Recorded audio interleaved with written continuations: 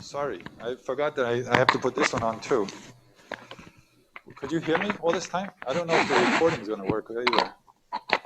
So we dissect nature along lines laid down by our native languages. The categories and types that we isolate from the world of phenomena, we do not find there because they stare every observer in the face. So in other words, when we look at something, the categories are not there. We create the categories to make sense of this, it's whatever visual or oral stimulus that we experience. The world is presented in a kaleidoscopic flux of impressions, which has to be organized by our minds. And this means largely by the linguistic system. So our minds can work without the linguistic system, but what we do is we create these categories in our minds, and then we give them labels, which is the words that we use for them. We cut nature up, organize it into concepts, and ascribe significance as we do, largely because we're parties to an agreement to organize it in this way. So this just means that we are in a community where a lot of people think the same way. That's what he means by parties to an agreement. It's just in our society, we will look at this way, we will look at this way. An agreement that holds throughout our speech community and is codified in the patterns of our language. So our language is just, when we use our language, he's talking about this as a kind of agreed upon system for referring to something. So in our society, we're going to call this a table or a bench, and that we're going to use that word for referring to it. He said this agreement, of course, is implicit and unstated, but its terms are absolutely obligatory. We cannot talk at all except by subscribing to the organization and classification of data which the agreement decrees. Now, this is often misunderstood. If you've heard of the so-called Sapir-Whorf hypothesis, which actually doesn't exist, what you read about as the Sapir-Whorf hypothesis was something created in the 1950s after Sapir and Whorf had died. There were two psychologists who didn't like Whorf and Sapir's ideas, and so they created a fake Sapir-Whorf hypothesis that they could then test as a straw man and prove it wrong. And so they created this thing just to prove them wrong. So it's pretty bogus, this whole idea of determinism and all this other stuff. And they misinterpreted quotes like this to argue for so-called determinism. But this is not what Whorf is talking about. Really what Whorf is talking about is that if in my society, of our society, we call this a table, then I can't refer to this by saying, okay, put your book on the chair when I want you to put it on the table. Right? I have to follow our customs if I want to be understood. If I'm speaking English and I want to be understood, I have to follow the customs of English. If I use some word that's not English, or if I use a word like English, if I call this a chair instead of a table, it's going to confuse you. That's all he's talking about. It's very simple common sense. But this has been misunderstood, and most people don't read Whorf. They read what other people criticizing Whorf have said, and so this is why there's so much written about the Sapir-Whorf hypothesis that is just nonsense. So if you even see the word Sapir-Whorf hypothesis, then you know that what they're going to say there is probably wrong. So you should Whorf's work is brilliant. It's really great, and he didn't write a lot of stuff, but what he wrote was really insightful. And Sapir wrote a lot more, but he was Whorf's teacher.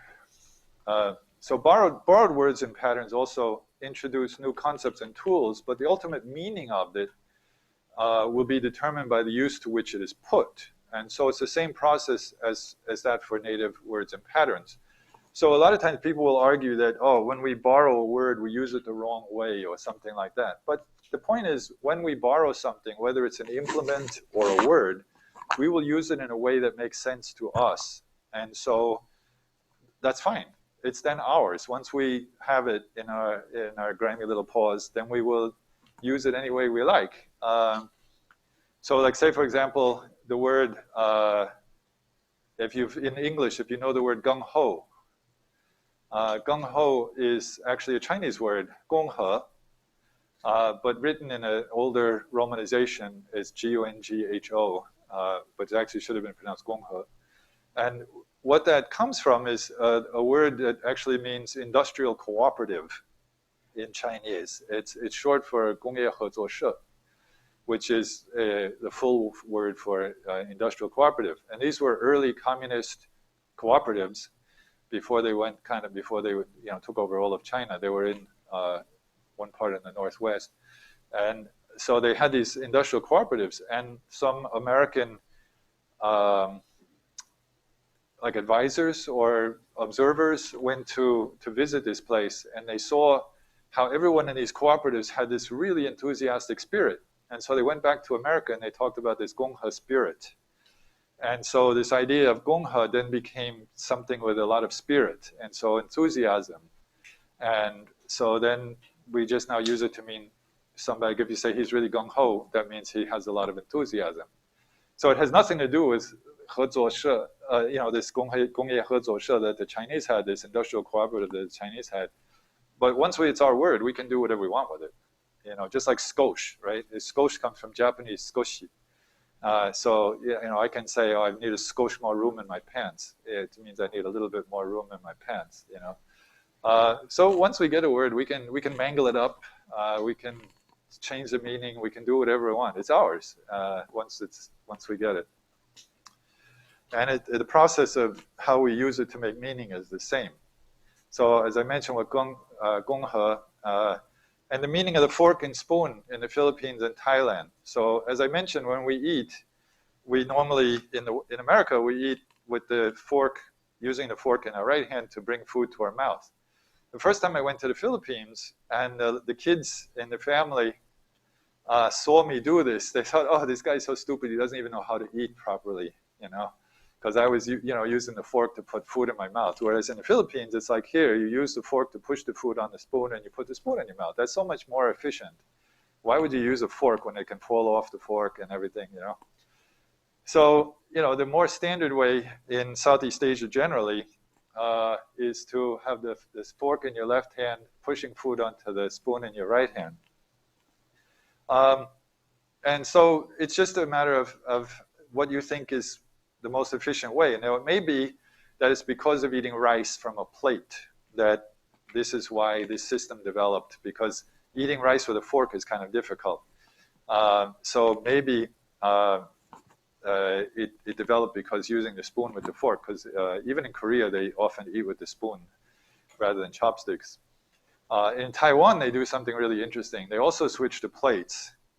But what happened in Taiwan is, if you mess up the system, the original system is you have a bowl and you can push the bowl up to your face and just shovel food in. But it's kind of difficult to do that with a plate, although I have seen some people do that. But with a plate, so what the Taiwanese did is they had this brilliant thing where they took, the big Chinese soup spoons. They would use the Chinese soup spoon to pick up the food from the plate and then use the chopsticks to push the food from the spoon into their mouth.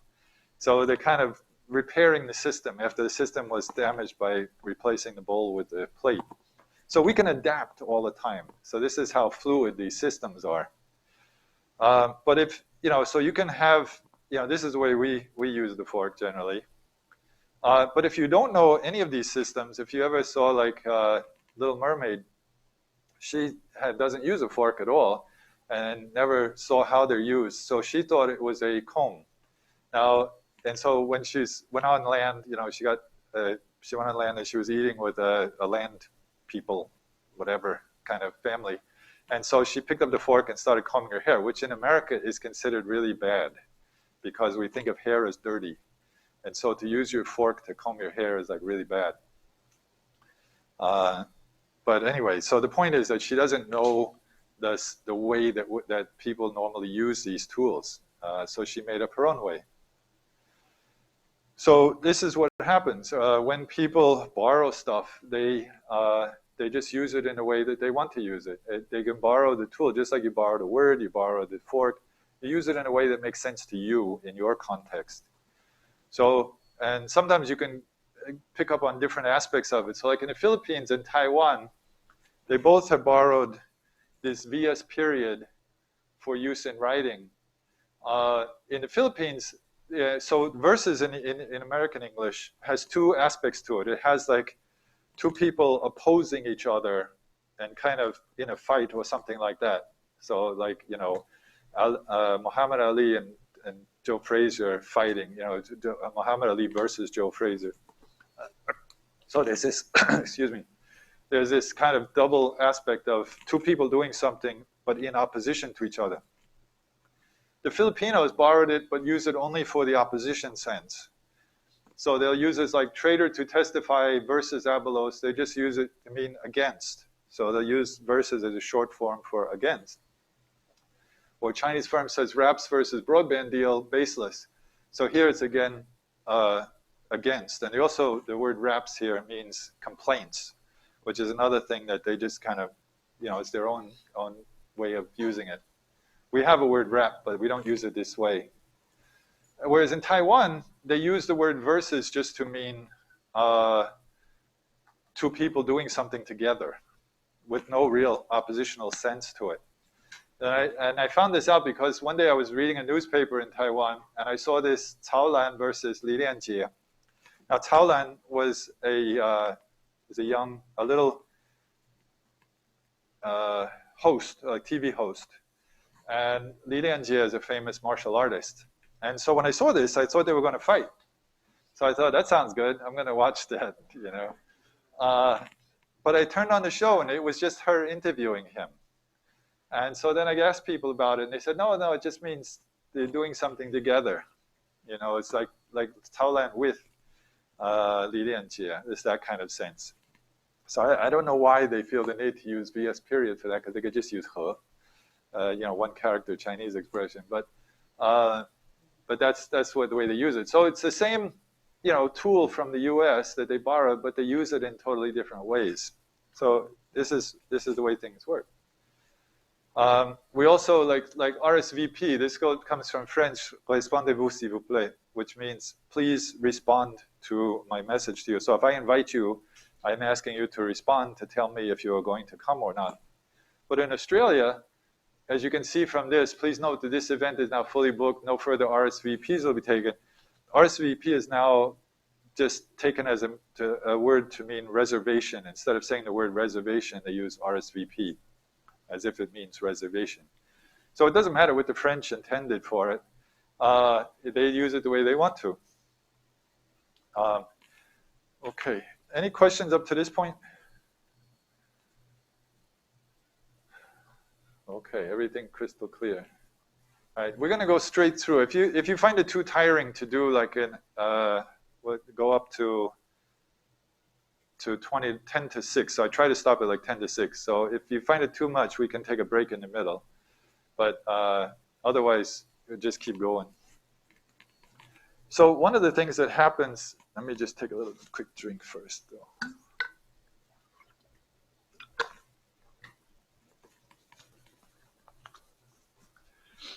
One of the things, though, with this, as I mentioned, everything that we do is motivated, but there's sometimes competing motivations for what we do.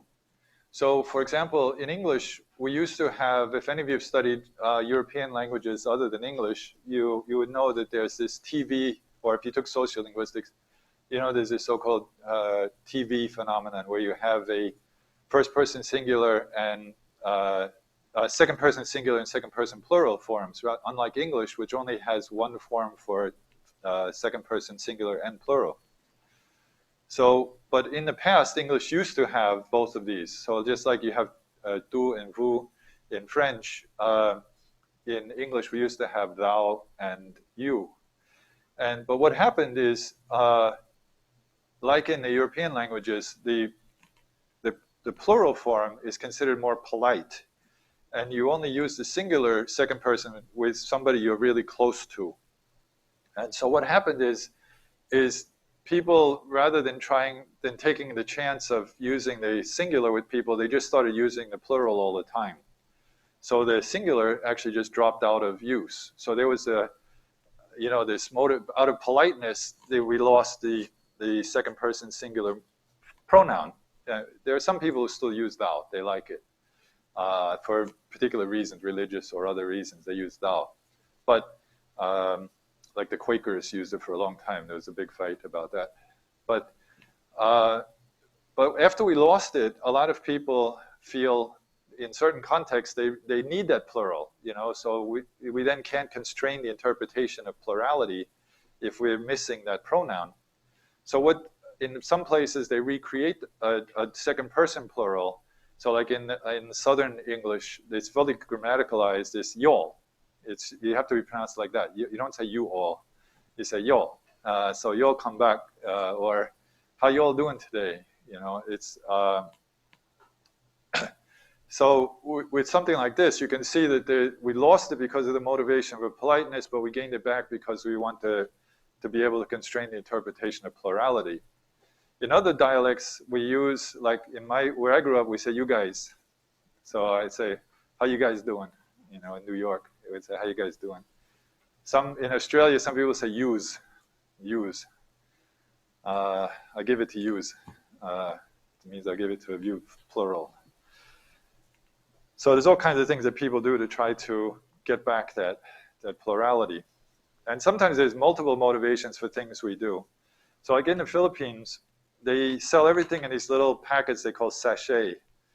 And this has like a double motivation. On the one hand, people often can't afford to buy more than just a bit of something. But also, it's very humid, so you can't store things. So if you, like say with spices and things like that, a lot of people don't have refrigerators, so they can't store stuff. And so it's better to buy just a little amount, and then you use up whatever it is that day, and then you buy more tomorrow if you need it. So there's kind of a double motivation there.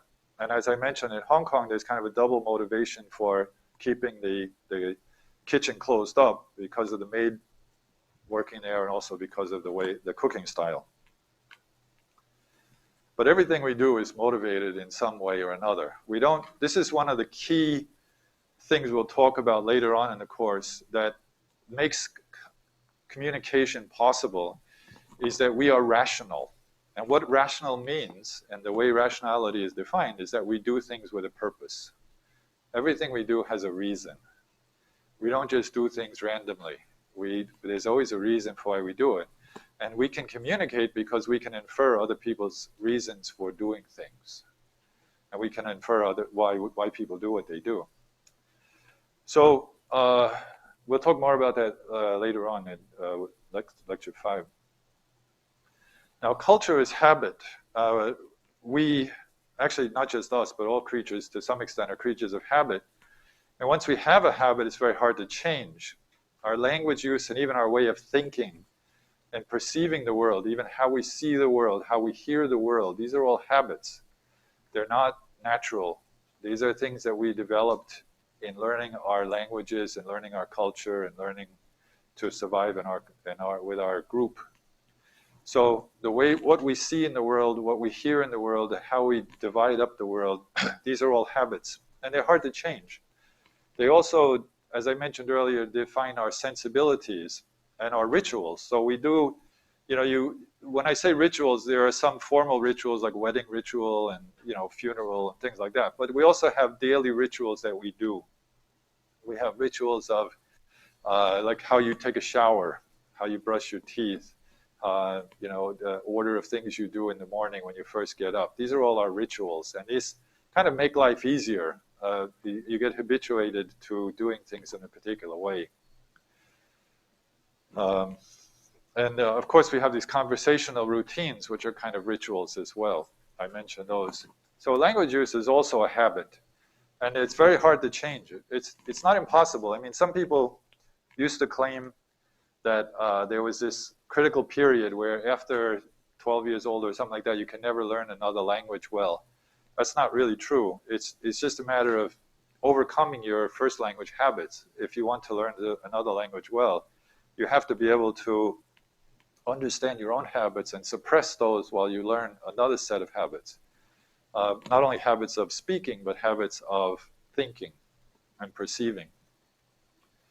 So the simplest example of habits we form in learning our first language are categorizing certain sounds together and as different from others. So like as a kid growing up in America, I learned that ba and ba are the same sound, and pa is a different sound. So we have one phoneme which is ba and pa combined, and another phoneme which is pa. But then I went to the Philippines, and there, the ba is one phoneme and ba is one phoneme. So these are two different phonemes, but ba, pa, and fa is one phoneme, as I talked about last time. So we actually hear the world differently. And so like when I first started learning Chinese as a teenager, and they told me, you know, mama, mama was 4 different words. I said, yeah, right. I didn't believe it at all. It's like, come on, you're pulling my leg, right? You just want to make my life difficult. Because I couldn't hear it at all. It took months. And then all of a sudden, one day, it just clicked. And it's like, oh, yeah, I can hear that now. And I've learned several other tone languages since then. And it's once you get that ability, you know, then you can extend it. But it took a while making those distinctions. And it's just habit. Anybody who tried to learn a second language or even just take a phonetics class, and you have to pronounce all these different sounds and try to hear these different sounds in phonetics, it can be quite difficult. And when I do fieldwork, you know, I often run into languages that have all kinds of sounds that I've never made before and never heard before, but I have to learn to produce them and hear them regularly.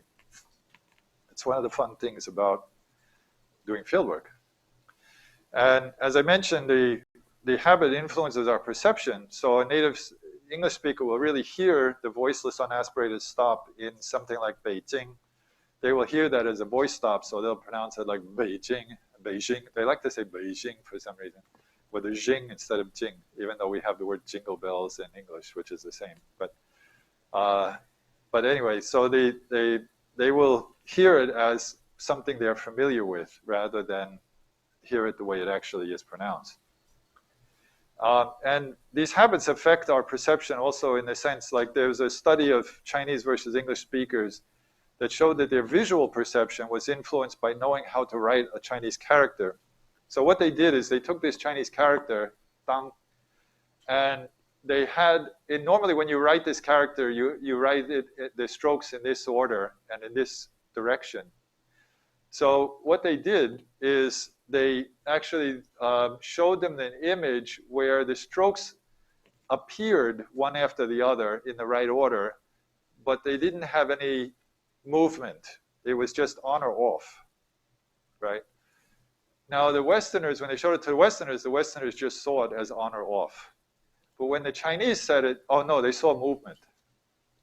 So their habit of writing it this way, they definitely saw movement even though there was no movement there. So the habits that we have affect our perception. Another good example is the phonotactics of syllable type. So if you have, every language has certain so-called permissible and non-permissible syllable types. And you will have a habit of using those syllable types. So if you try to make up a nonsense syllable, it will still be in accordance with that what we call phonotactics of the language. It's very hard to go outside that unless you speak other languages. So that's why, like every language, you know, if you like animal sounds, you know, what does a dog sound like? You know, so wah wah, is it wah wah, or is it woof woof, or is it whatever? You know, they will do it according to their thing. So I remember having an argument with a woman from South America, and I was saying, oh yeah, you know, roosters say cockle-doodle-doo. She said, no, they don't. They say cocorico-rico.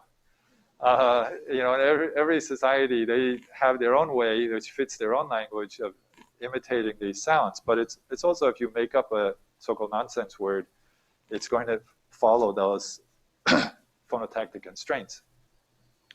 And this is what's involved in second language learner accents. It's not that you can't learn another set of constraints, it's just that it's different, so you have to really put some effort into it. But you can learn it. You can learn to speak another language like a native. But you actually you have to learn to actually perceive the world differently. And people have habits, so they will use habits even when they don't have to. Like my sister-in-law one time was talking about, she wanted a square plate. And of course she could just say square plate. She speaks English. But because she was kind of more half Tagalog, in the Philippines, we often mix a lot of English and Tagalog together. And so she said square in a plate, where this na is completely unnecessary. It's just a linker for an adjective and a noun to go together. But she put it in there just out of habit. And we do this kind of thing all the time. And these habits can be so strong that we don't even aware of them. Now, this is a guy, you probably can't read this, but this is a guy who's talking about trying to convince people how to get over their typewriter habits. So in the past, we all used typewriters and we developed certain habits. Then we started using computers, we maintained a lot of those same habits, even though they're not necessary anymore. And this is what we do all the time with things.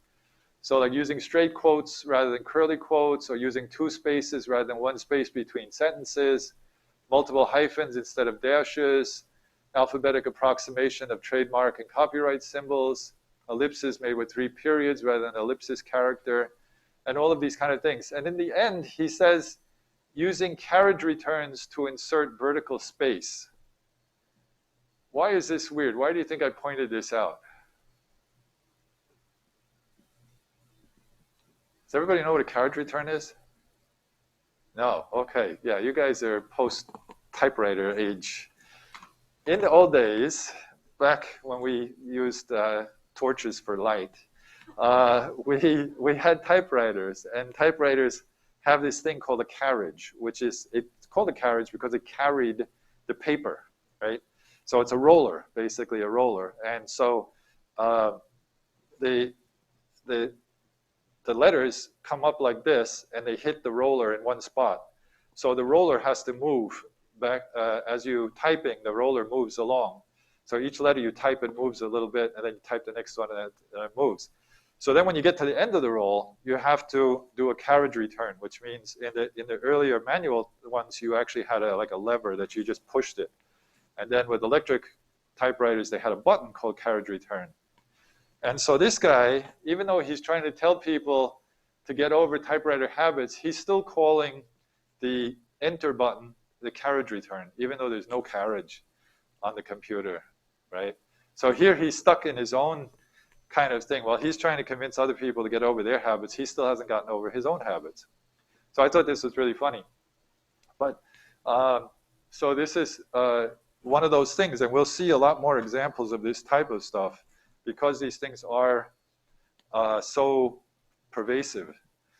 It's also difficult to learn a different way of thinking, especially if you try to use it using words and concepts that are part and parcel of the old way of thinking. This is why we often create new words in science to avoid all of the connotations of the old words. So like, later we'll be talking about implicatures. Grice made up the word implicature.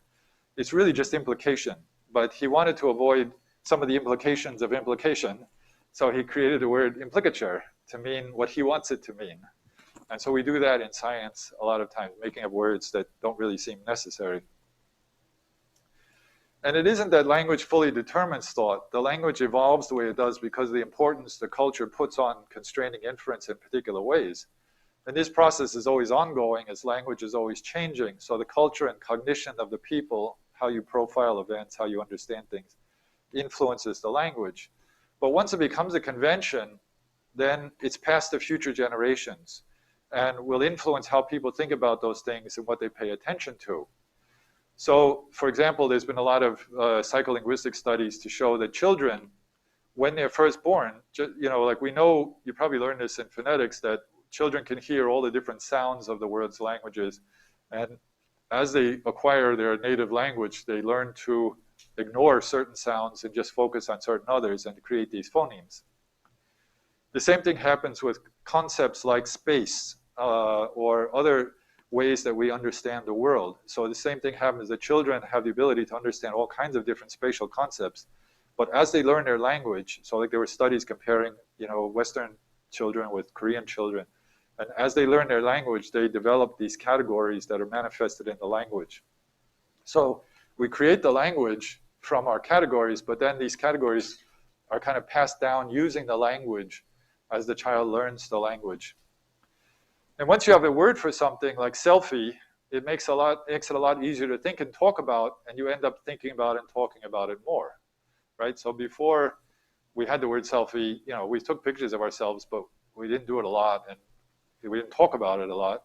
But once you have a word for it, then it's much easier to talk about it. It becomes a thing. You know, oh, is that a thing? That's a new, relatively new expression. Is that a thing? Yeah, that's a thing. So what does it mean to be a thing? It means people are talking about it, and people are doing it as a regular type of thing. I didn't mean that. Although thought's, of course, possible without language, when we generalize some fact about the world, we give it a name, and then we can talk about it more easily and also pass the concept down to other generations. And it's very often the name we give to some generalization, or the way we conceive of it, is in the form of a metaphor. Because as I mentioned, we don't make sense of things totally new.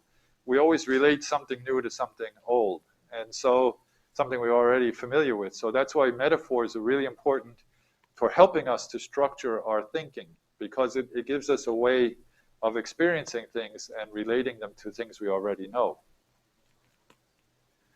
So if you look at this is from Wharf, where he said, I grasp the thread of another's arguments, but if its level is over my head, my attention may wander and lose touch with the drift of it, so that when he comes to his point, we differ widely, our views being indeed so far apart that the things he says appear much too arbitrary or even a lot of nonsense. Everything in quotes there is a metaphor. So it just shows you how pervasive metaphors are in the way we structure how we talk about things and how we think about things, right? We don't even recognize these as metaphors anymore, you know, to grasp the thread of somebody's argument. And different cultures, of course, use different metaphors, and so see the world differently, because how the metaphor you use highlights certain aspects of a phenomenon and downplays other aspects of the phenomenon. So this is another way that cultures differ quite a bit. And it can influence your perception of a situation. So there's been a lot of work on this, how the power of metaphor to create a reality rather than simply to give us a way of conceptualizing or pre-existing. It can influence how we think about things. We'll talk more about that later on in the course. I'll give you some examples. But for Wharf, this is a thing that Wharf, how he became a linguist to a large extent. He was actually, his job was as a fire adjuster for Hartford Fire Insurance Company in Connecticut. And he was actually offered a position at Yale University as a professor, and he turned it down. He said, no, I'm happy being a fire adjuster. Probably made more money that way. But anyway, the insight he got in investigating, so what he would do is when there was a fire, he would go investigate it, particularly industrial fires. He would go investigate them. And so one of them, like he gives the example of a fan installed in a factory. He noticed that very often when these fires started, it was because of some kind of human error. And that human error was often because of the way they talked about something. So the way they talked about it influenced how they thought about something and what they did. And so here's the language kind of influencing their actions. So when this factory was a tanning factory, you know, they make leather. And the fan should have been installed as an exhaust fan with the direction of air going out of the factory, but instead was put in backwards with the air blowing into the factory because the fan had been called a blower. So the people who installed it thought a blower must blow onto the leather. But when it did that, it actually set the leather on fire and burned the whole factory down.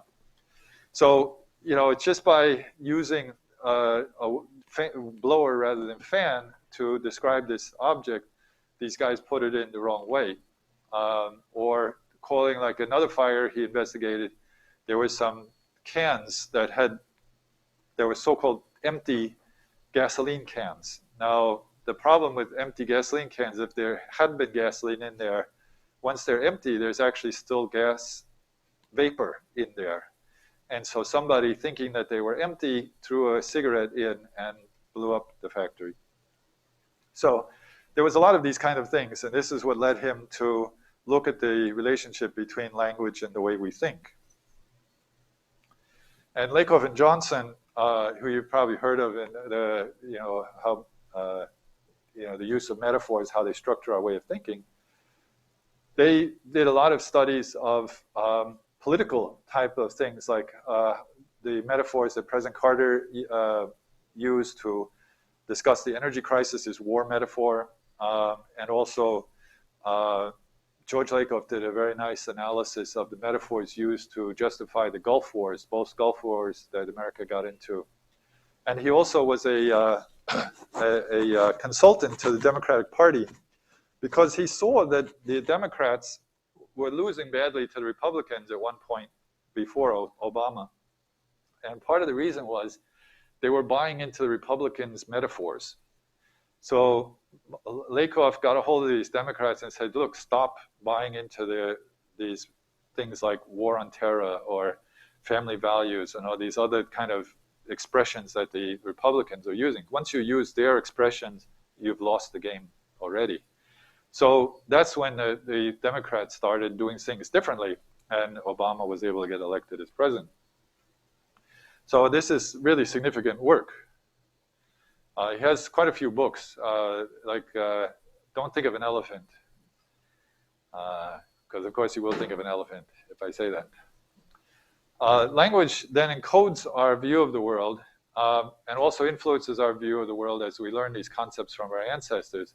It can influence our perception of the world. And it has been said that people construct the reality through or with their language. As I mentioned, there's experimental evidence that the development of certain ways of thinking, like understanding false beliefs, depends to some extent on the development of the ability to understand particular grammatical structures. When we speak a language, we subscribe to the conventions associated with that language, and those conventions influence the way we talk about things and ultimately how we think about them. So to go back to what I was saying earlier about cutting up the world, when I was growing up in America, I never thought of shrimp, prawn, and lobster as similar kinds of things. They were totally different things to me. But later, when I was a teenager, I learned Chinese, and in Chinese it's xia, da xia, and long xia, which is really, it means they're all different kinds of xia, just different sizes really, not really different kinds of xia, but different size xia. So you have xia, normal size, da xia is big thing, and long xia is just really big shrimp. So this was a kind of something that kind of blew me away when I first saw it. I was like, oh yeah, now I can see some kind of similarity between them. They all look like some kind of bug. But it hadn't occurred to me before that, because in English we have 3 different names for them, and just never saw them as same.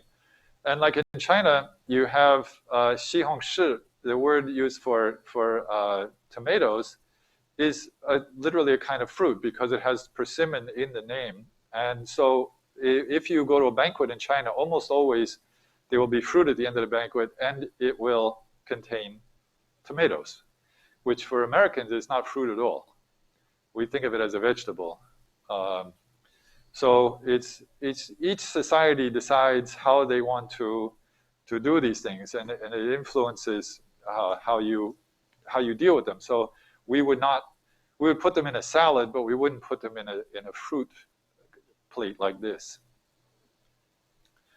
So human beings do not live in the objective world alone, nor alone in the world of social activity as ordinarily understood, but are very much at the mercy of the particular language which has become the medium of expression for their society. This is from Sapir.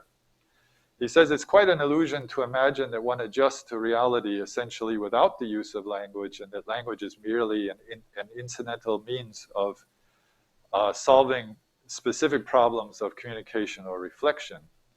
The fact of the matter is the real world is to a large extent unconsciously built up on the language habits of the group.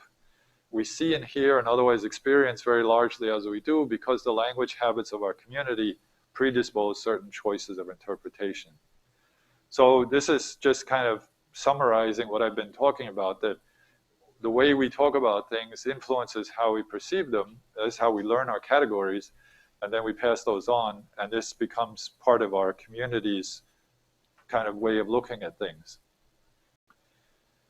But to say that the original development of a particular pattern is motivated doesn't imply that the motivation will always be transparent. In many discussions of what is sometimes called ethno-syntax, the relationship between grammar and culture, the opaqueness of certain structures, in other words, the fact that we can't see any motivation for certain structures, is taken to be evidence that it's not possible to show a link between language and other sets of conventions.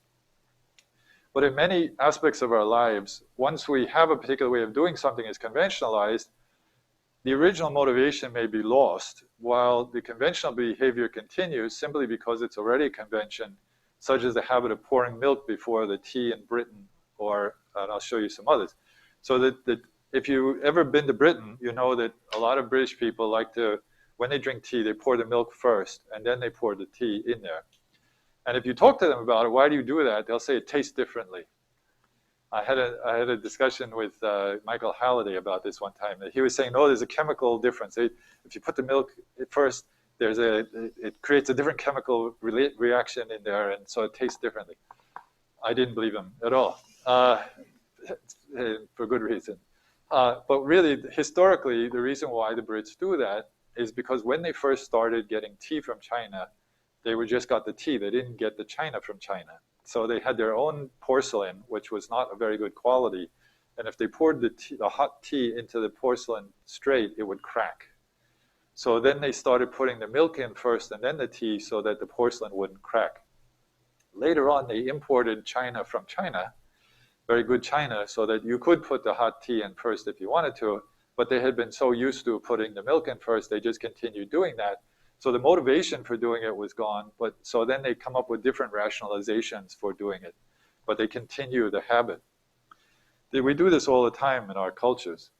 And you look at something like this, right? So this is, they still make clocks like this. This is what we, and also maybe tomorrow if I have time, I'll talk about skeuomorphism. We often maintain images of things that aren't really those things. So in this case, this looks like in the old days, clocks had this thing underneath, this pendulum, and that's what drove the clock. That's what actually drove the mechanism of the clock. The pendulum drove the clock. Or there were chains with weights on them that drove the clock. But nowadays, the clock is electric.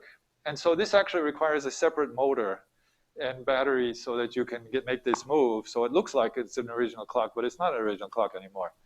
But the reason why they still make this kind of clock is just because we have the habit of thinking of clocks this way, and we want to still see clocks that look like this because it makes us feel good, and so then we have to make a fake kind of clock like that. Or like this, right? You go to Crave, and what do you get? You get something that looks like a banana leaf, but it's not a banana leaf. It's just paper that's made to look like a banana leaf, because in the old days, they would have used real banana leaf, but now they don't have enough banana leaves, or I don't know, for some other reason, they just want to use paper. So they make paper that looks like banana leaf. Or they use a tray that looks like a banana leaf. So a lot of places where you eat now, they will do this because traditionally you would eat off a banana leaf. But now they use plastic plates, but they still make the thing. So this is skeuomorphism. But it's also just because of our habits, the way we're used to relating to things, they maintain those habits. Or this one, this is when this guy did a review of the Mac Pro 2019. He said the Mac is back and more pro than ever, throwing away the old cylindrical trash can design in favor of something that resembles a computer. So it's like, it's something that resembles what does resembles a computer mean? It means it looks like those old PC towers. So for him, this is again the same thing. He gets so used to the idea of these PC towers that that's what a computer is. And anything that doesn't look like that is not a computer for him. So this is how strong. So he does, you know, because the old Mac Pro was just a little block like that. And so he called that just the old trash can look or round thing. And so instead there's something that resembles a computer. So for him, this just shows how fixed in his mind is the concept of computer has to look like the old PC tower. Or this thing, this one, I love this. Why, I can understand you need, what is this supposed to represent, first of all? It's supposed to represent a guy standing there doing this, right? Now, do you think they really need to actually create a guy here and then put something in there that looks like this? You know, the lights flash like this as if he's doing this. Could they have done it some other way? Why? It's just out of habit, right? Because people are so used to seeing a guy standing there and doing this. And in some countries, they actually have dummies where the arm actually goes up and down. But in this country, they use these lights to represent it. But you don't think the lights alone would have worked? They had to put the guy there? But it's anyway, we're just used to it. So it's, again, habit. It's what we're used to, and so we go with it. Oops, I went the wrong way. We also, in relating to things, we will also go with the same kind of thing. So this is my very dirty iPad with low on battery. And so is this what the battery in my iPad looks like? Not at all. But it's okay. We can use this image to represent that because we have this knowledge, this habit of thinking of batteries like that, you know, the old AA or AAA batteries. And in language, it's the same thing. So we have expressions like pig in a poke, right? Don't buy a pig in a poke. It's a common thing. Don't buy a pig in a poke. Now, we use that all the time in America, and practically every American will know that expression, but they don't know what a poke is. Does anybody know that expression, pig in a poke, or what is a poke? Poke is a bag. So if you're going to buy a pig, don't buy it if it's in a bag because you can't see it. You want to see the pig before you buy it, right? So next time you buy a pig, make sure it's not in a bag, right? But we still use this expression, or pass the buck. People don't know what the buck means, but they will still use this expression all the time. Pass the buck means you pass the responsibility onto somebody else. It actually goes back to an old poker metaphor where buck was a buck knife that was placed in front of the dealer. Put it in the hopper. Hopper was for threshing grain, but we use it like on a Xerox machine. The thing you put the paper in is called a hopper. Stars in the firmament goes back to a Greek conception of the universe as a fixed dome, and the stars were holes in the dome, the fixed dome. The firmament refers to like a solid dome that had holes, and there was light behind the dome, and so the stars were these lights coming through. Or carriage return, I mentioned. People still talk about carriage return. Or kaching. Does anybody ever hear kaching? Like if somebody is like about to make some money, they'll say kaching. And what does that go back to? Yeah, the old cash registers that, you know, you used to have to do this, and it was really a kaching kind of sound. Or dial a phone. I still say dial a phone or hang up a phone, right? Even though there's no more dial on the phone. There hasn't been for many, many years, and hang up a phone. And RSVP I mentioned. In Chinese, the word for crow is now pronounced wu or wuya. But if you look at the ancient pronunciation, it would have been something like ah, ah. So it's onomatopoetic. But over time, the motivation for it is lost. So now you can't see, if you just know the word wu, you're not going to see the motivation for that form. And like yinhang, the word for bank in Chinese is silver company. And that was motivated when banks started in China because they dealt in silver. That was the usual thing that they traded with. Whereas now we don't use silver anymore, but we still call them yinhang. And then sometimes they're unmotivated because they're loans from somewhere else. So like I heard on the radio here, they were talking about 美丽小贴士. And I was like, what? The beauty tips. It turned out it's beauty tips. And what they were using is the Mandarin pronunciation of something that was originally Cantonese, tipsy, which comes from English tips.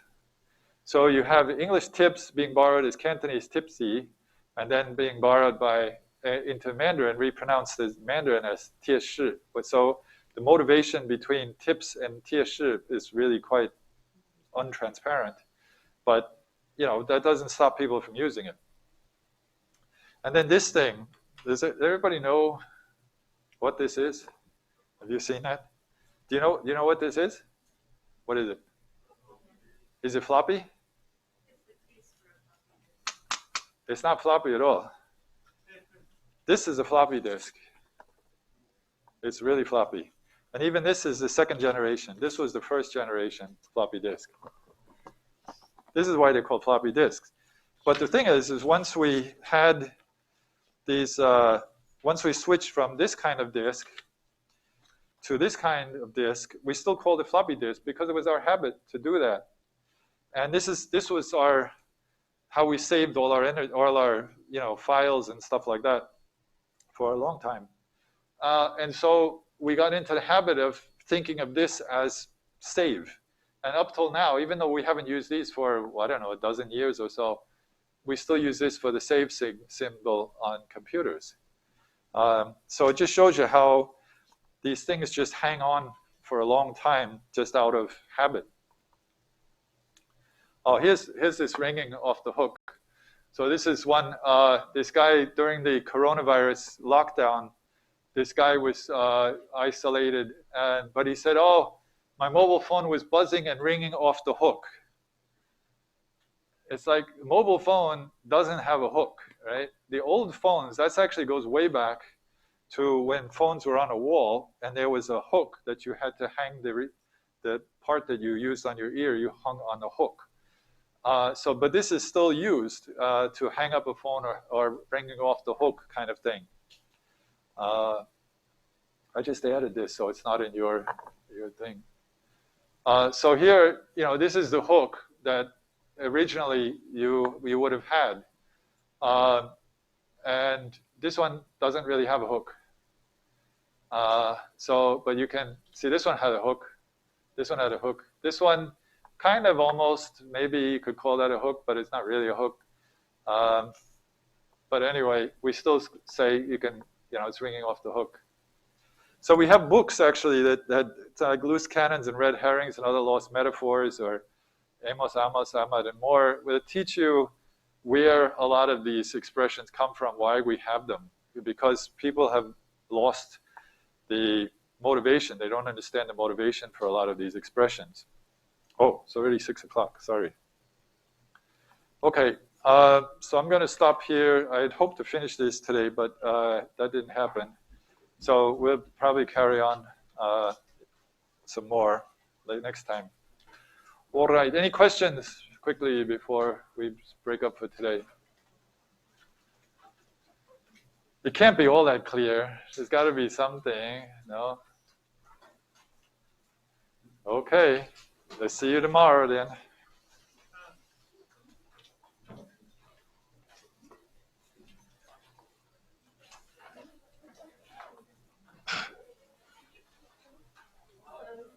Hi. Check with you for the tube slip. If I'm writing about something I saw, is it okay to include a picture? Yeah, absolutely. Yeah. It would make it harder for me to understand without it. Yeah.